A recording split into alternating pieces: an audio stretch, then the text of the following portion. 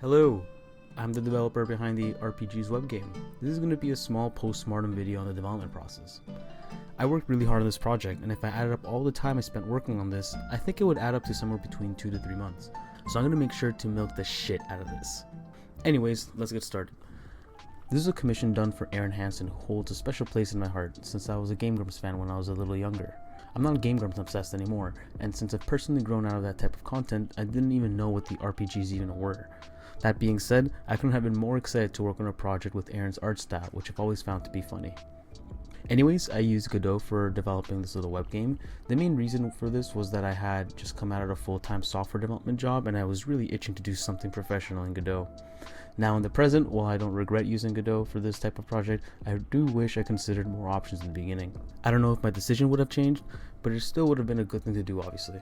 In this video, I'm going to go over a few things about the development process that I feel are worth mentioning, and if you're a game developer, maybe you'll find this useful.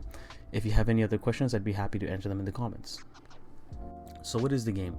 RPGs are a collectible pinned set of characters and UI items that Arin Hanson created influenced by old school RPGs. Each RPG's pack comes with 3 pins with varying rarities. The pins can be a hero, monster, or a UI thing.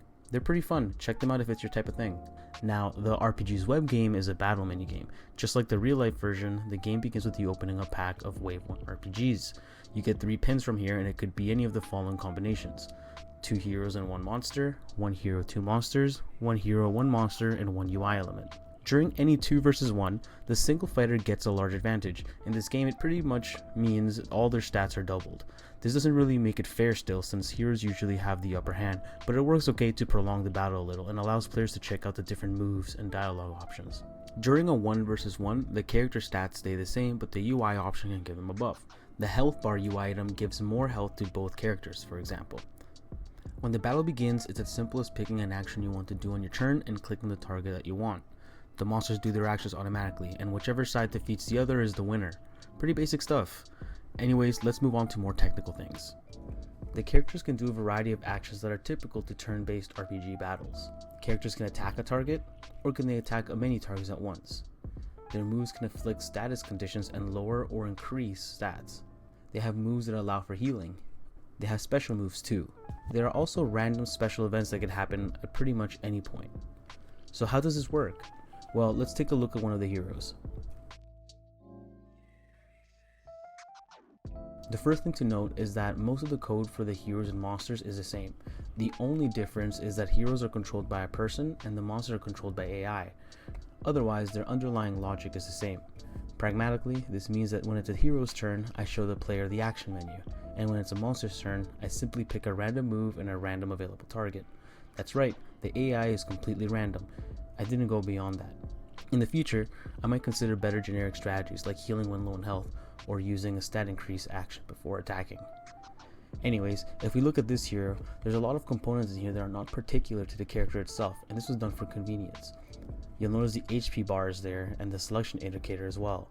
These should be UI elements, but instead I made them part of the character for convenience. The most interesting part is the action list node down here. This is what manages the character's actions. Each action node under this action list node has a script that describes the action that the character will take if it's picked. For example, this is the script for the focus key.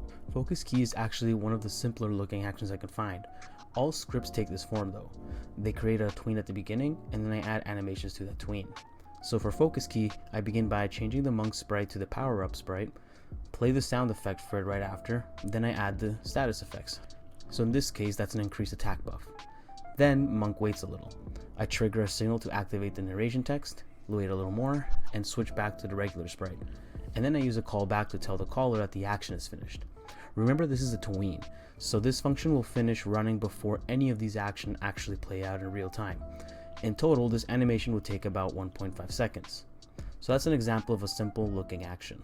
Now, most other actions are just as simple, but because there's so many random events, I didn't organize things properly, and even simple actions can look complicated.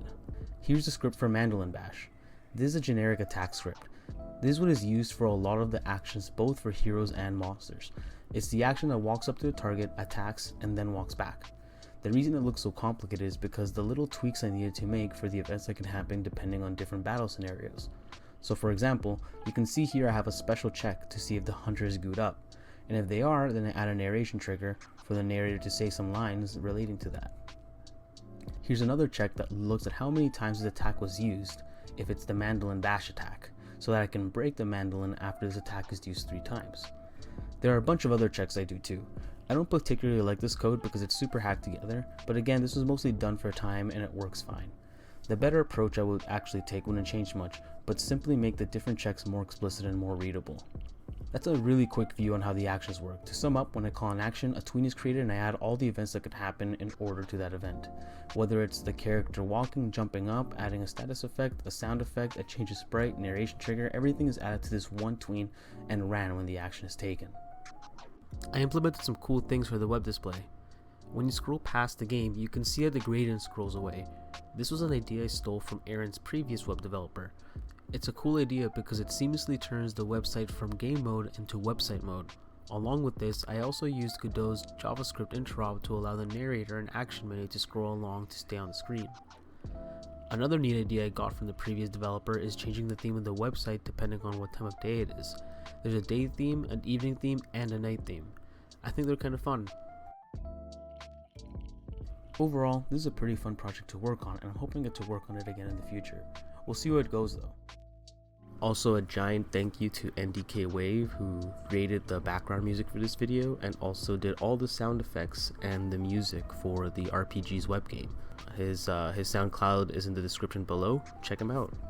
That's pretty much it. If you have any questions, please leave them in the comments below. Until then, see you next time.